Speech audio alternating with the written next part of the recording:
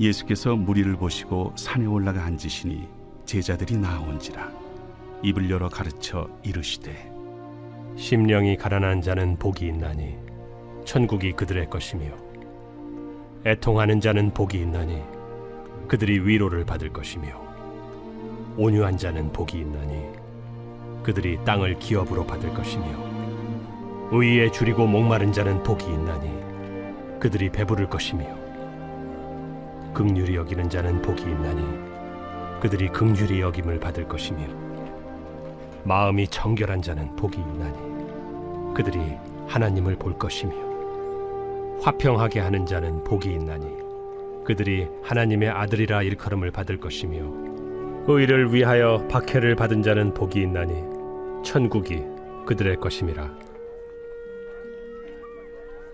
나로 말미암아 너희를 욕하고 박해하고 거짓으로 너희를 거슬러 모든 악한 말을 할 때에는 너희에게 복이 있나니 기뻐하고 즐거워하라.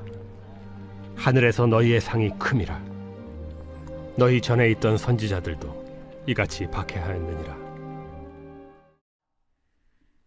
오늘 말씀은 뉴욕에 있는 록펠러 센터로부터 시작하고자 합니다.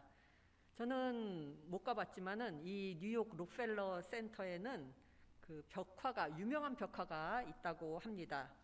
이 벽화는 무엇을 그렸냐 하면은 인간 기술 문명의 발전이 묘사된 그러한 벽화가 그려져 있다고 합니다. 그래서 산업 기술을 상징하는 지렛대, 망치, 끌, 바퀴 등등의 것들이 그려져 있는데 이 기술 문명이 얼마나 진보했고 얼마나 위대한 것인지 이 거대한 록펠러 센터의 벽에 웅장하게 잘 그려져 있습니다. 그런데 이 벽화 중에 기술 문명이라는 주제와 전혀 어울리지 않는 요소가 하나 들어 있습니다. 바로 예수님께서 산상에서 가르치는 모습을 묘사한 그러한 장면입니다. 성경의 산상수훈, 예수님께서 산상에서 가르치심, 이것을 산상수훈이라고 부르죠. 바로 마태복음에 나오는 5장으로부터 시작되는 산상수훈인데 이 산상수훈을 나타내는 이 벽화에는 다음과 같은 글이 쓰여져 있다고 합니다. 인간의 궁극적 운명은 새로운 것들을 배울 수 있는 능력이나 혹은 미지의 것을 발견하거나 정복할 수 있는 잠재성에 의해 좌우되는 것이 아니다. 인간의 운명은 2000여 년 전의 가르침을 얼마나 열심히 받아들이는가에 달려 있다. 산상수훈이 그려진 그 그림 아래 이러한 말이 쓰여 있으니 여기서 말하고자 하는 것은 우리 인간의 운명은 산상수훈의 가르침을 얼마나 잘 받아들이고 이를 실천하느냐에 있다고 말하고 있는 것입니다. 이 산상수훈 중 첫 번째 가르침에 해당하는 것이 바로 오늘 조금 전에 읽은 말씀입니다. 오늘 읽은 그 말씀은 팔복이라고도 합니다.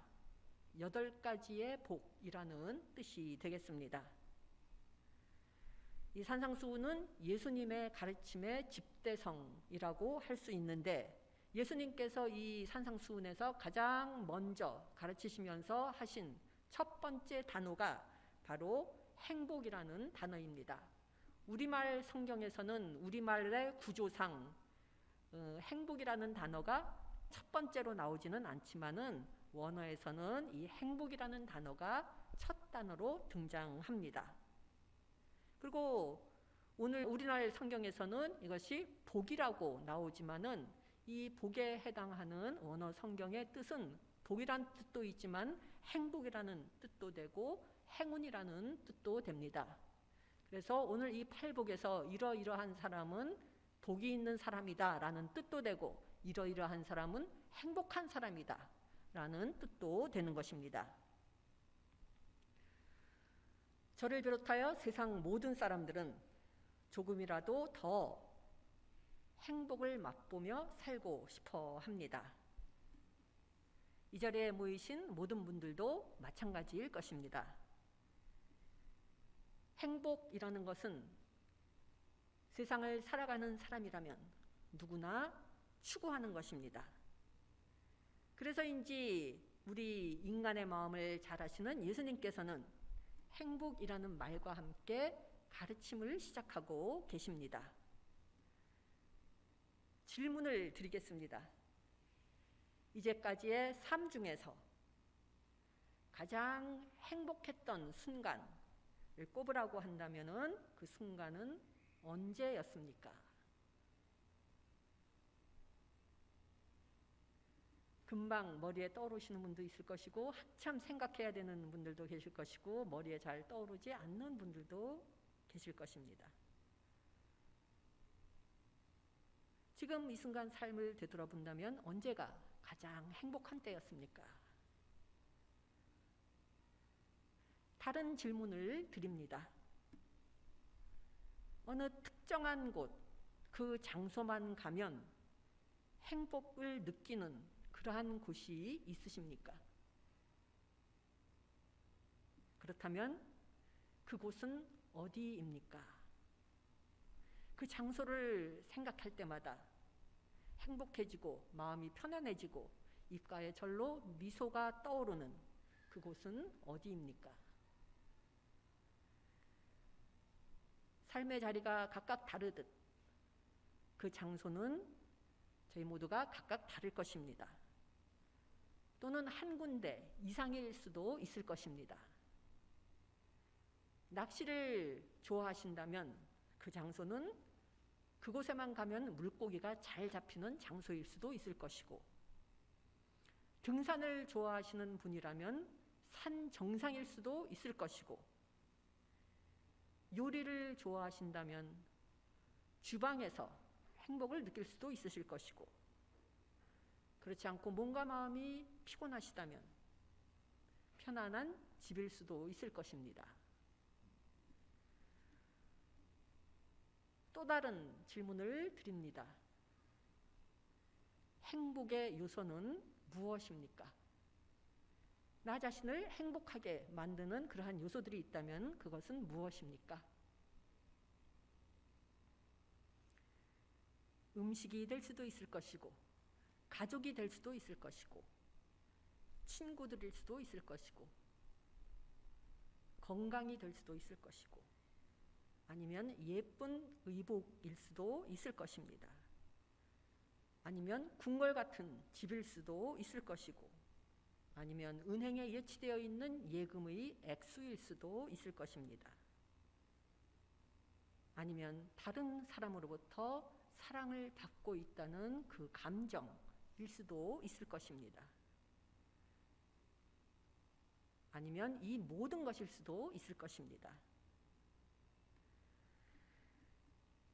우리 자신을 가장 행복하게 만드는데 필요한 요소, 지금 가지고 있는 모든 것을 아낌없이 내어줄지라도 그것만은 가지고 싶은, 가장 나에게 있어서 귀중하고 나를 행복하게 해줄 단 하나가 있다면 그것은 무엇일까요? 어떤 분들에게는 제가 이제까지 한 질문이 대답하기가 쉬운 질문일 것이고, 다른 분들에게는 대답하기가 참으로 어려운 질문일 수도 있을 것입니다. 이 질문들이 쉬운 질문이건 아니면 어려운 질문이건 그것과는 상관없이 이 질문에는 한 가지 공통점이 있습니다. 제가 지금까지 질문한 그 질문에 대하여 대답하기 위해 생각하다 보면은 우리들은 참으로 많은 것을 가졌구나, 나는 참으로 많은 것을 가졌구나 하는 것을 발견하게 된다는 것입니다. 많은 사람들이 행복을 추구하기 위해, 행복을 얻기 위해 더 많은 재물을 가지려 하고, 명예를 얻으려 하고, 명성을 쌓으려 하고, 권력을 누리려 합니다. 행복해지기 위해 그러한 것들을 추구합니다. 그리고 그러한 것들을 획득하는 것이 꿈이 되기도 합니다. 그리고 그 과정에서 실패를 하기도 하고 낭망을 경험하기도 하고, 그와는 반대로 때로는 그 과정에서 극복을 경험하기도 하고 승리의 기쁨을 맛보기도 합니다. 추구하는 것이 무엇이건 우리의 인생을 설계하고 꿈을 꾼다는 것은 좋은 일입니다. 그렇지만 문제는 나에게 행복을 가져다 준다고 생각하기 때문에 내가 추구하는 그런 것들이 때로는 우리의 자유를 속박하고 우리를 굴레에 빠지게 할 때가 있다는 것입니다. 정글북을 쓴 키플링이라는 작가가 있습니다. 모두 다 잘 아실 것입니다. 이 키플링은 시도 많이 썼는데 키플링이 쓴 시 중에 if, 만약이라는 시가 있습니다. 이 시가 바로 제가 지금까지 말씀드린 그러한 상황을 너무나도 잘 대변해주는 그러한 시인데, 그렇기 때문에 제가 한번 이 키플링의 if를 읽어보도록 하겠습니다.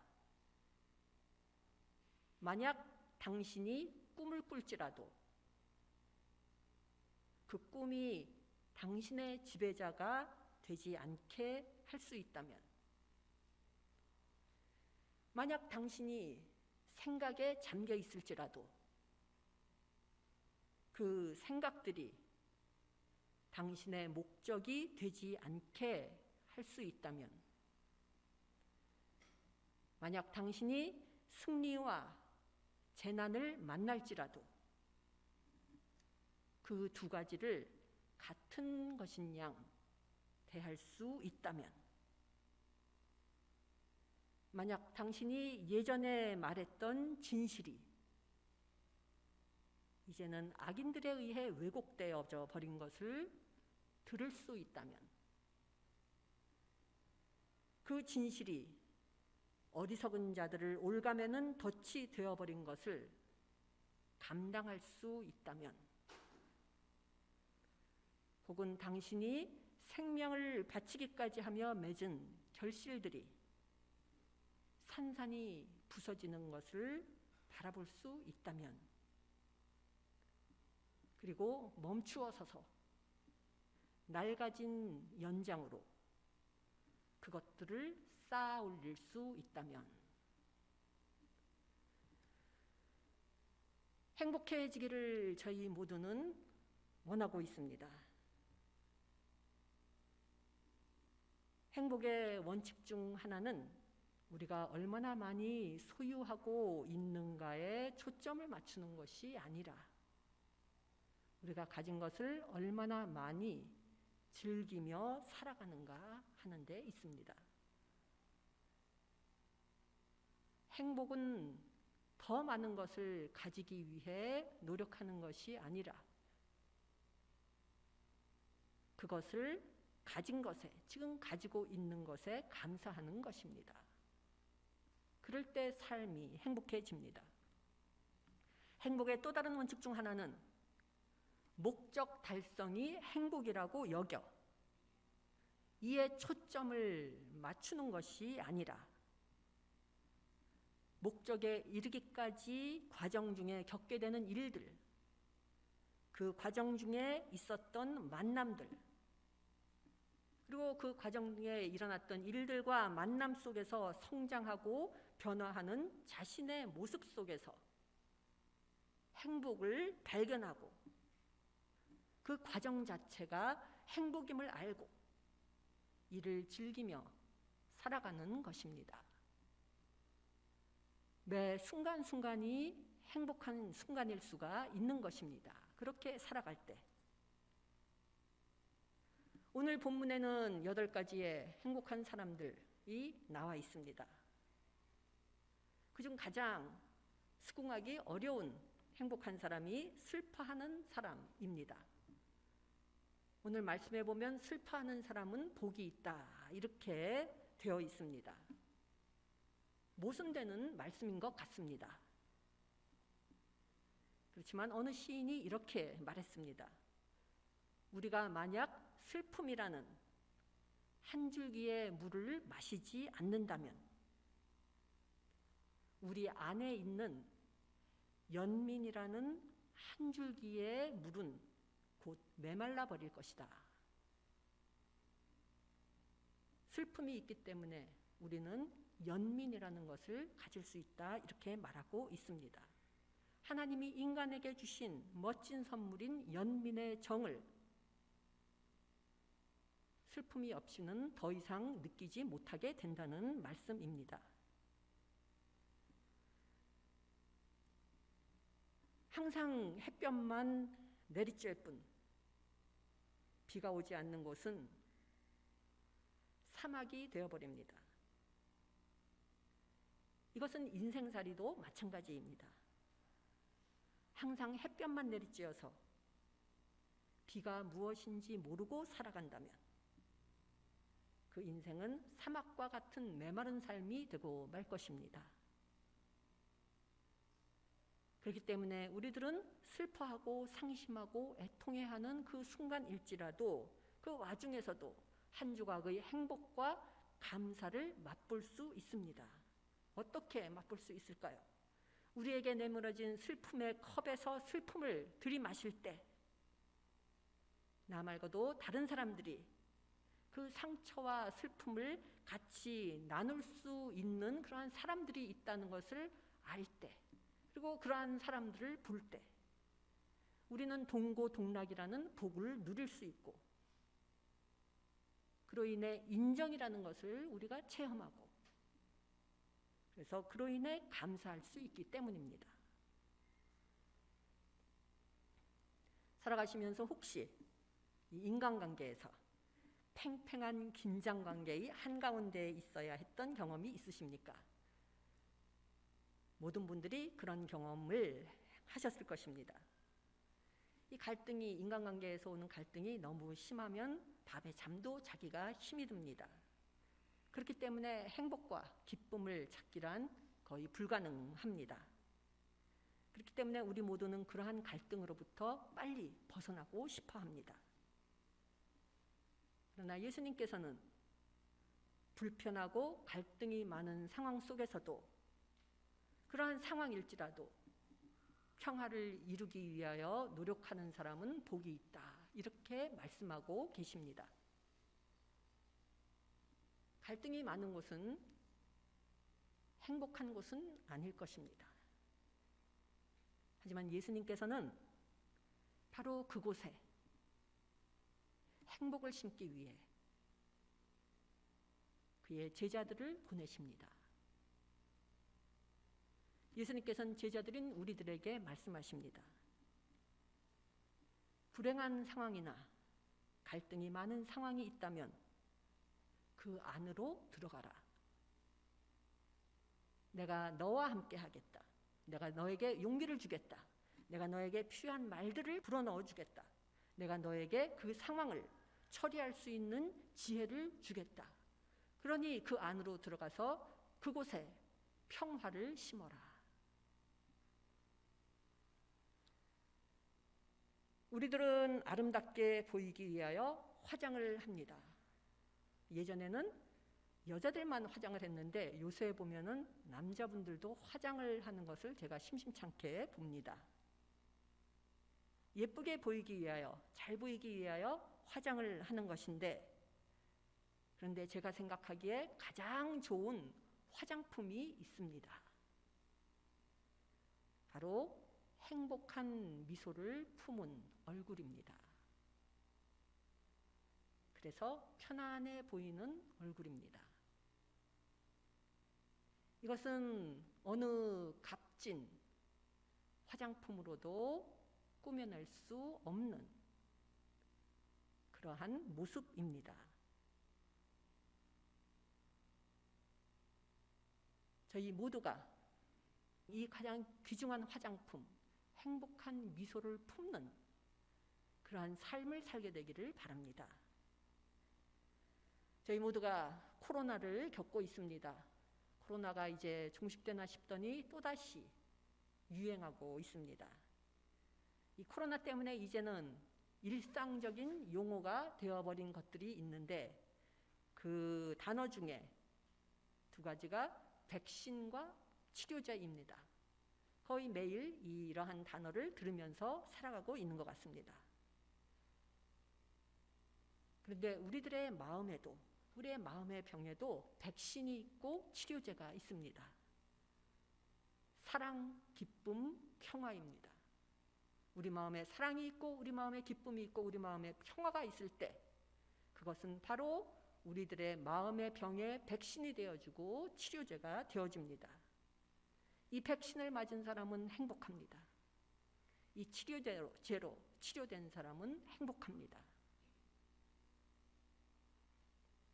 다시 말씀드리자면 참된 행복의 요소는 이미 우리들의 마음속 안에 심겨져 있습니다. 그렇기 때문에 주님께서는 이렇게 말씀하십니다. 마음이 가난한 사람은 행복하다. 슬퍼하는 사람은 행복하다. 온유한 사람은 행복하다. 의로운 사람은 행복하다. 자비한 사람은 행복하다. 마음이 깨끗한 사람은 행복하다. 화평하게 하는 사람은 행복하다. 의를 위하여 박해를 받는 사람은 행복하다. 세상적인 관점과 세상적인 잣대에서는 결코 행복할 수 없는 사람이지만 예수님께서는 바로 이 사람들이 행복한 사람들이라고 말씀하고 계십니다. 예수님의 이 말씀을 풀어본다면 이렇게 될 것입니다. 하나님을 찾는 사람은 행복하다. 이웃의 아픔을 위해 눈물을 흘리며 동고동락할 줄 아는 사람은 행복하다. 겸손히 양보할 줄 아는 사람은 행복하다. 정직한 사람은 행복하다. 용서하고 베풀물 실천하는 사람은 행복하다. 세상적인 것에 집착하지 않는 사람은 행복하다. 가는 곳마다 평화를 심는 사람은 행복하다. 하나님께 초점을 맞추고 표대를 향하여 나아가는 사람은 행복하다.